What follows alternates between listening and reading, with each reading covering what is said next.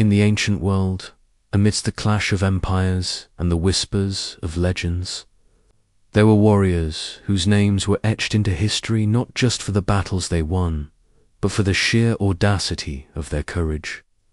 Today, we're diving deep into one of the most incredible, almost unbelievable tales of bravery ever recorded, a story of one man, one beast, and one impossible choice. This isn't just a story. It's a testament to the human spirit's raw power when faced with absolute terror. The man at the center of our story is Benaiah, son of Jehoiada. He wasn't just any soldier.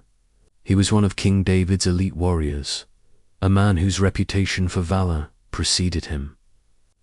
But one day, his legend would be forged not on a sun-scorched battlefield, but in the biting cold of a brutal winter. The second book of Samuel paints a vivid picture. Imagine a landscape cloaked in white. A harsh, unforgiving snowstorm has blanketed the land, turning the familiar hills of Judah into a treacherous, icy wilderness. The air is so cold it stings your lungs with every breath. It's on a day like this, a day when most would seek shelter by the fire, that Benaiah finds himself facing a unique and terrifying threat. A lion. Not just any lion, but a monstrous beast, driven from its usual hunting grounds by the severe weather and hunger. This wasn't a creature in a cage or an arena. This was a wild, desperate predator, and it had found a temporary refuge from the blizzard in a deep earthen pit. For the local villagers, this was a nightmare. A powerful lion, trapped but still deadly, right on their doorstep. Who would dare to face it? This is where the story shifts from a tale of survival to one of legendary heroism. Benaiah hears of the lion. An ordinary man would have said, "Leave it, it's trapped. Let the cold and hunger do the work." A cautious man might have suggested trying to seal the pit, but Benaiah was neither ordinary nor cautious.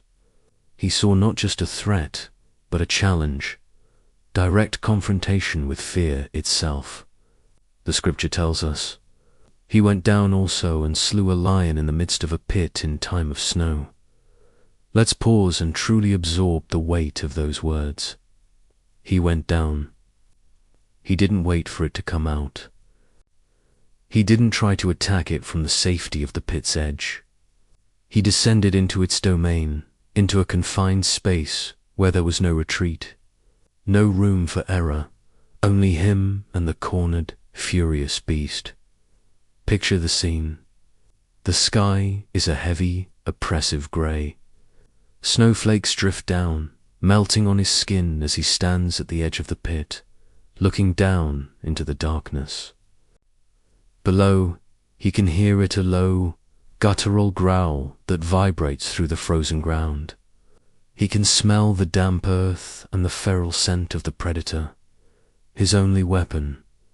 The scripture is debated on this, but many interpretations suggest he went down with nothing more than a staff or a spear, a simple wooden pole against claws and teeth. He takes a deep breath, his own breath pluming in the frigid air like a ghost. Then he begins his descent. The walls of the pit are slippery with ice and mud. Every handhold is a risk. Below him, the growling intensifies, turning into a full-throated roar of rage and defiance. The lion is no longer just waiting. It sees the threat descending. He finally reaches the floor of the pit. The space is tight, claustrophobic. The falling snow creates a surreal, almost silent arena, punctuated only by the snarling of the lion and the pounding of his own heart. The lion is a whirlwind of muscle and fury, its eyes glowing with predatory light. There's nowhere to run. It's a pure test of will, skill, and courage. The fight would have been brutal and primal. Imagine the explosion of movement, the lion lunging. a blur of tawny fur and razor-sharp claws. Snow and dirt fly everywhere. Benaiah would have to be more than just strong. He'd have to be impossibly quick, anticipating the beast's every move, using the confined space to his advantage, turning the lion's power against itself. Every parry, every sidestep, every thrust of his weapon is a dance on the razor's edge between life and death. And in the end, against all odds, Benaiah emerges victorious. He stands over the slain beast, his body bruised and battered, but his spirit unbroken. He climbs out of that pit not just as a warrior, but as a legend. He didn't just kill a lion. He descended into a pit of fear on a snowy day and conquered it. This act of bravery wasn't just a random feat. It defined him. It was this kind of unshakable courage that earned him his place as the commander of King David's own bodyguard. When you need someone to protect the king, you don't choose the man who is merely skilled. You choose the man who, when faced with a lion in a pit on a snowy day, chooses to go down and fight. You choose the man who runs towards the roar. Benaiah's story reminds us that true courage isn't the absence of fear. It's acknowledging the fear, understanding the risk, and choosing to act anyway.